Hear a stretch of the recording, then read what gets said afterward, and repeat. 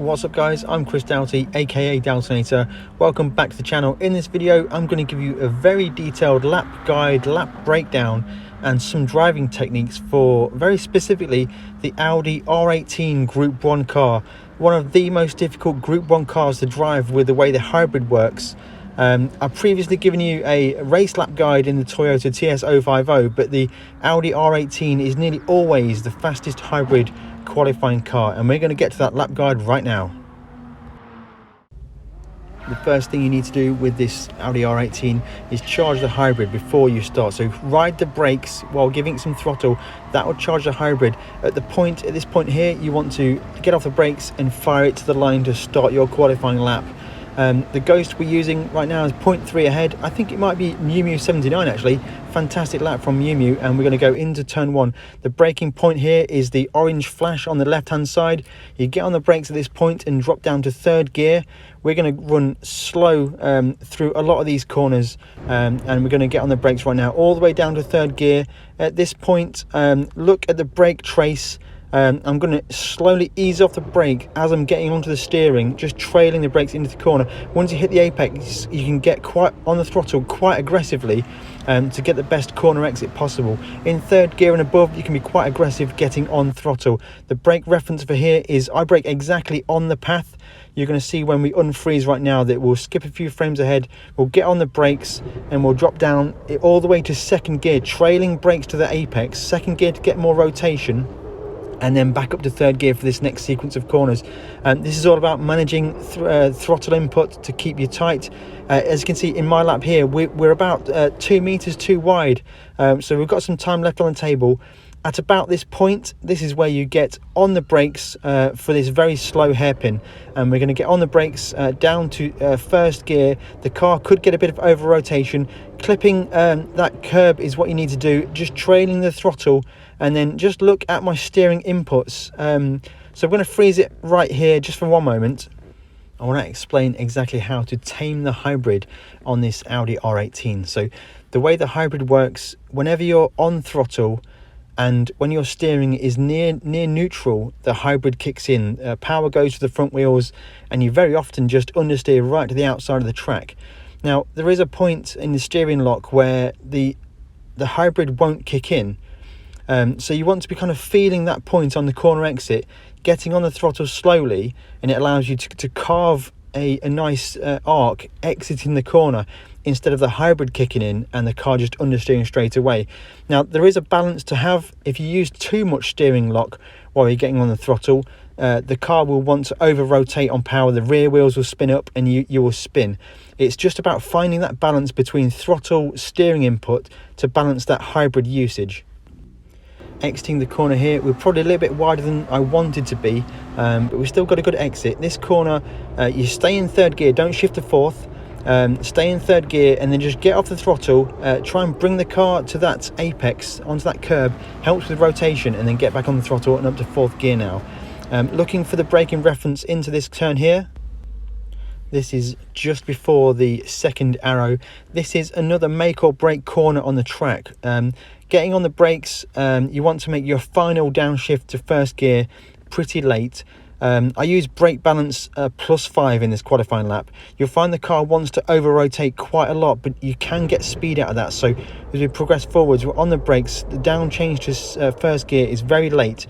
In this example, we climb all over the curbs and we actually get a little bit of a slide on corner exit. What we said before, the exact same principle applies here. Any corner exit from 1st or 2nd gear in this Audi R18 is always pretty wild, so you've got to balance that steering input with your throttle input to manage the way the hybrid is deployed. Down the straight here, we're going to look for a new reference point pointed out by one of our viewers. The pole on the right hand side, that's a great reference in your peripheral vision. I go down 1 gear and turn into here. I've also tried in 3rd gear, sometimes that works well. And then for this 2nd of the 2 right-handers, I do drop to 3rd gear. Again, every single apex, clip the curbs. It really helps with rotation. Always clipping the curb, managing the throttle into this one here. It's a difficult non-reference kind of point here, but this is about the point which I get onto the brakes.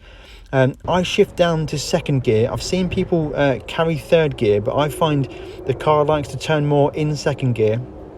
trying to bring the car back to that right hand apex, and getting on full throttle and third gear over this kind of crest there, just brushing the curb on the outside, brushing the curb on the inside. All these clipping points help to get the car turned, and then this final section here is just off the throttle, brushing onto the brakes, down into second gear I found was best, back up to third gear quite quickly, and just try and get the car to the apex. When you pass the path that you saw on the right hand side, that is when you can get on full throttle and you're racing to the line now.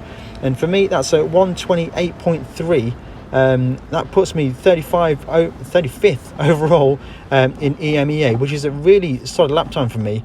I find with Group 1s I overachieve relative to other classes that I race in, when it's Group 4 or Group 3. I find those quite difficult, but for Group 1, I think with these techniques that I'm discussing now, you can overachieve with your qualifying time. So we're going to run the lap through at full speed. I'm going to try and talk it through as much as I can. So we're going to use the orange on the left hand side as the brake reference, on the brakes, trailing to the apex, second gear, getting on the throttle hard and firing out the corner, up through the gears now. Ahead, we're looking for the path on the left hand side. On the path, hit the brakes, down to second gear, trailing to the apex, and then through this section here we're balancing the throttle wide here. You want to be much tighter than I am.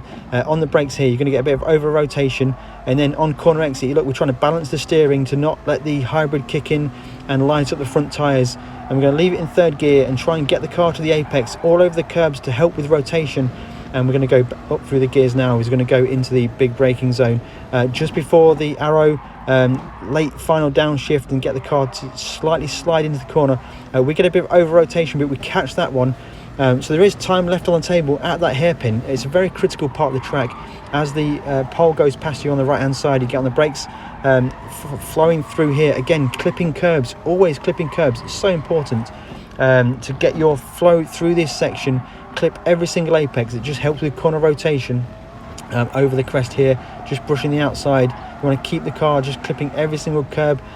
This one's a very difficult corner. It just didn't want to get to the apex for me, but I just about got there, and then full throttle to the line. Now I think there's a bit of time left on the table there. In the second and third sector, they weren't my personal bests, and I think I've probably got 0.2 left in the car maybe. It's very difficult to do. It's a track that's requires so much detail, so much precision, and then you're wrestling with a car that's wild with its hybrid. This is one of the most challenging time trial tracks, I think, but it's really satisfying when you get a lap hooked up. You'll be 0.3 or half a second ahead of your best lap time sometimes. Certainly when you're getting used to the car, you'll find that just something just clicks and you'll absolutely smash out a good lap time. So let me know in the comments below if you do find this guide useful, if you do improve your lap time. I'm always really interested to hear that. If you are interested in joining the Race Asylum Discord, check out the link in the description below. In Race Asylum, we like to help people to get faster at GT Sport. We also offer some league events you can join in, and lots of cool things like that. So check out the description below for the Race Asylum Discord. If you have enjoyed the video, hit that like button, consider subscribing, and we'll catch you in the next one.